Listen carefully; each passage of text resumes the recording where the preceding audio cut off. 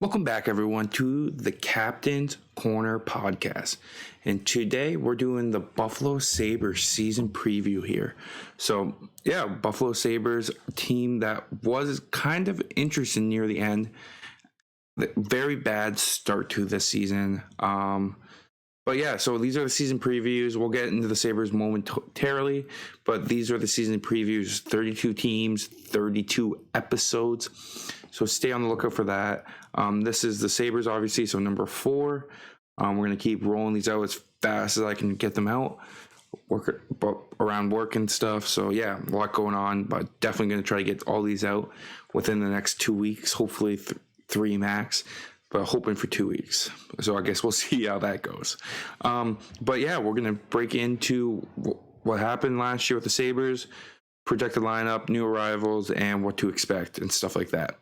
So let's get right into it. So let's go to last season. The Buffalo Sabres finished with a record of 32, 39, and 11. They finished 5th in the Atlantic, and that was all right.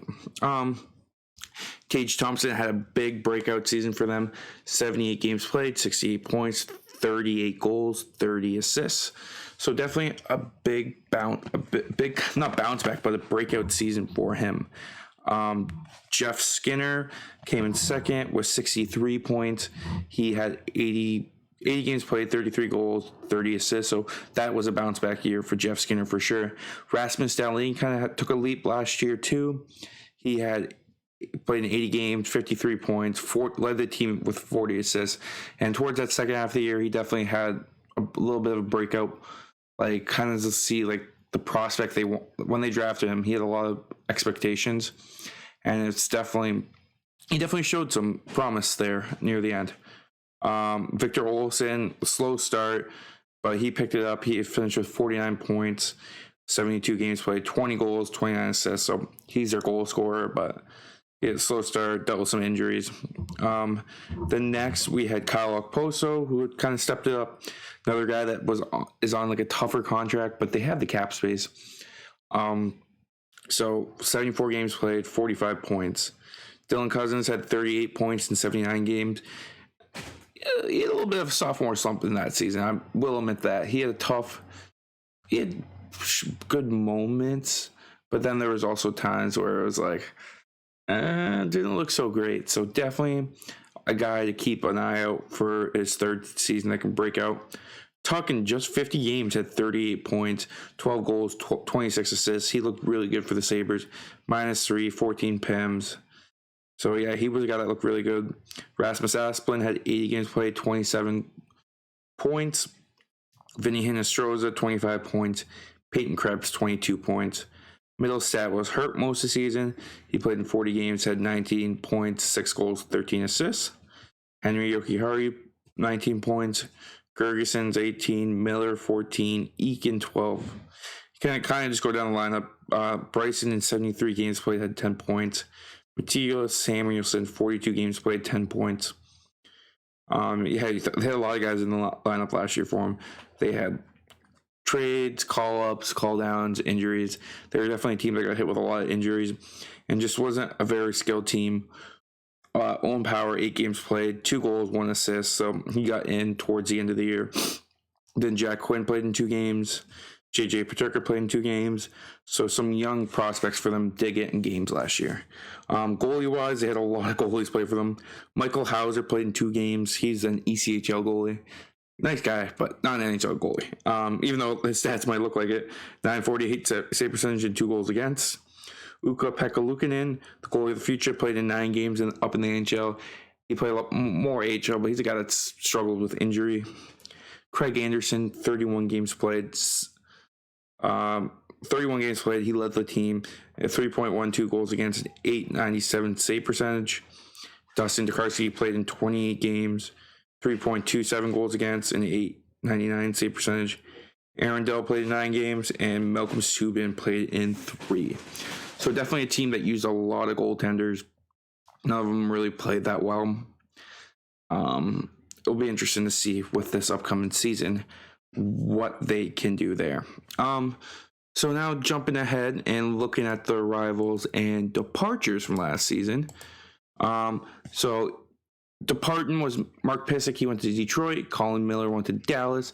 Will Butcher went to Dallas, I believe. Cody Eakin just signed a PTO with Calgary. Aaron Dell back to the Sharks.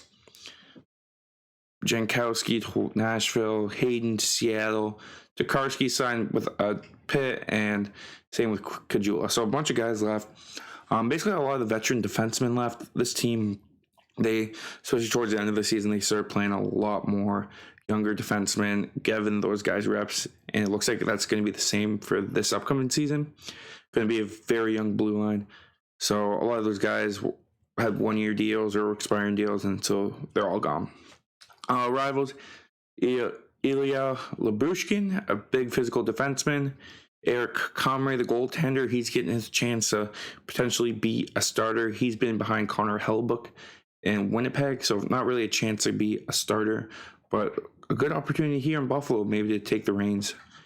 Riley Sheenan returned to Buffalo from Seattle. Kale Clegg, defenseman, and Chase Prusik, I believe that is 2. So let's jump into their projected lineups, and then we'll get into contracts. So up top, they got Jeff Skinner. In the projected lineups, they got Jeff Skinner, Tage Thompson, Victor Olofsson. Last year it was Jeff Skinner, Tage Thompson, and Alex Tuch. And that could very well be the case to start the season. They had chemistry. They finished out the year with chemistry. So definitely a possibility there. Peyton Krebs, Casey Middlestat, and Alex Tuch are the second line. That's changeable. I don't know. It's definitely the Sabres rotate their lines like crazy. This is definitely a team that these lines aren't set. Asplund, Cousins, and they have Jack Quinn actually making the roster here. Anders Bjork, Zembis Gergensons, and Kyle Okposo. So for me, like the only one I have questions is, does JJ Peterka make the roster over Jack Quinn? Both rookies. Do they both make the roster? Maybe a guy like Bjork is a healthy scratch. Maybe Asplund gets scratched. I don't know. I don't picture them scratching Gergensons. Injuries do happen, so I'll be interested to see what happens there with their young forward group. Defensively, last year they had Samuelson and Dahlin played at the end of the year. They had Power and Yoki Haru. I think that will be the pair. Power and Yoki Haru. They're really high on Yoki Haru. They like him as a player. And then I think that third pairing would be Lyubushkin and Bryson. Lyubushkin would bring a little more physical presence. Bryson can move the puck a little better. So, yeah, I love that first pairing, though, of Samuelson and Dahlin. If you're looking at that, that's a young blue line. That's a blue line that could stick together for a very long time with Power, Dahlin, Samuelson, who doesn't get a lot of hype, but a big physical guy. So, yeah. And then, obviously, goaltender-wise, they have Anderson and Comrie listed as their NHL goaltenders. I think goaltender-wise, there'll be a team that UPL will get up. I don't think Craig will play as many games as he did last year. He's getting up there. So that will be definitely a situation to watch, is the goaltending.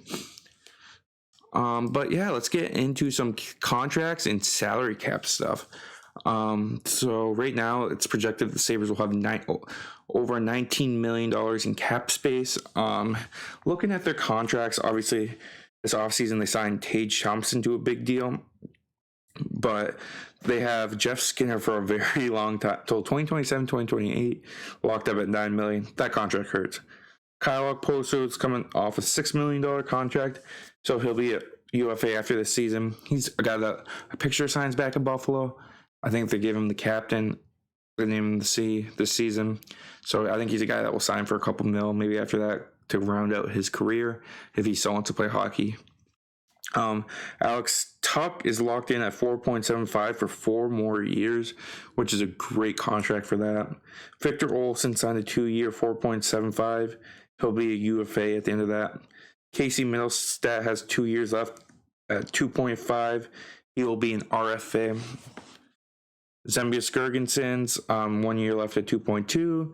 Vinny Hinostroza, 1 year at 1.7. I think he'll be a guy that leaves. Anders Bjork, one more year at 1.6. He'll leave after this. He'll be an RFA, but I don't picture them holding his rights unless he's a breakout season.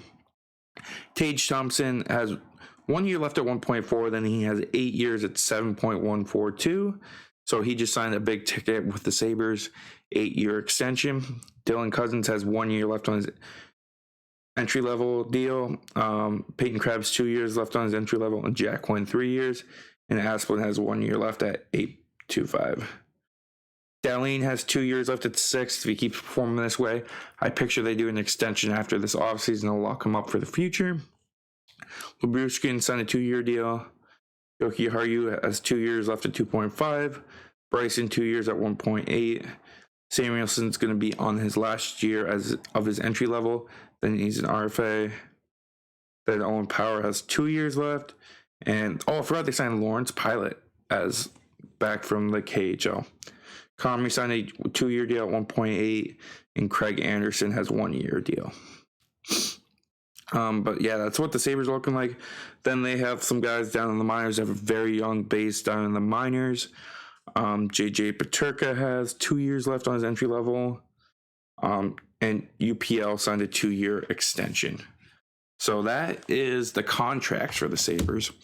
Head coach is obviously Don Granato, and general manager is Kevin Adams.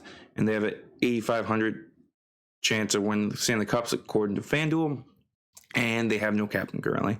But like I said, I think it'll be Kyle Okposo is a very good possibility there.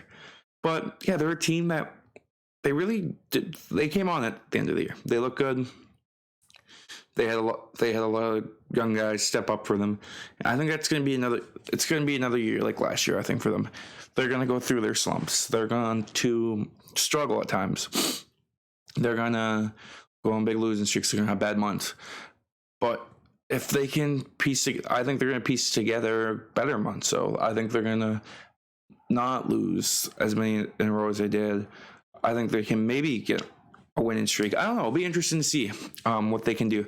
They're a young core. They're going to stick with that. It looks like they're going to stick with the young core, really let them play, let them develop, and see if they can turn them into the team that's going to change this franchise, hopefully. Obviously, they traded Jack Eichel last year. They got Alex Tuch, Peyton Krebs, draft picks out of it. And they're never going to win that trade. Well, they could. They're never going to get the best player out of that draft, out of that trade, but they could get the right pieces that fits the team better, like Alex Tuch. He looks great for the team. Like a Syracuse guy coming back home to Buffalo. Home-ish, I should say. So that'll be fun to watch. But yeah, they're a team that could be, hopefully they're in playoff contention. They're a team that could be in playoff contention. It would be great. The city would love it. But yeah, so I have them on the edge. Really depends on, I don't even think it depends on them. I really think it depends on Boston, Ottawa, how those teams come out and play. If they play well, Boston comes out like the veteran team they are, Sabres aren't making the playoffs. But if Boston has a down year, there's an opportunity for a young Sabres team to maybe crack a playoff spot. But yeah, let me know what you guys think. Where do you think the Sabres will finish this year? How will they do? What do you expect from Owen Power in really his rookie season? Can he win the Calder? Can it be Jack Quinn? Can it be JJ Peterka? A lot of young guys coming up. Matt Savoy, who they just drafted. So a lot of young prospects. Definitely going to be a fun team to watch. Hopefully they can win some games with it, but it'll be interesting to see. But yeah, guys, thanks for tuning along for this episode of the Captain's Corner. Please be sure to follow us on social media at the Caps Corner Pod. And we'll catch you in the next season preview, guys. Peace. Have a good one.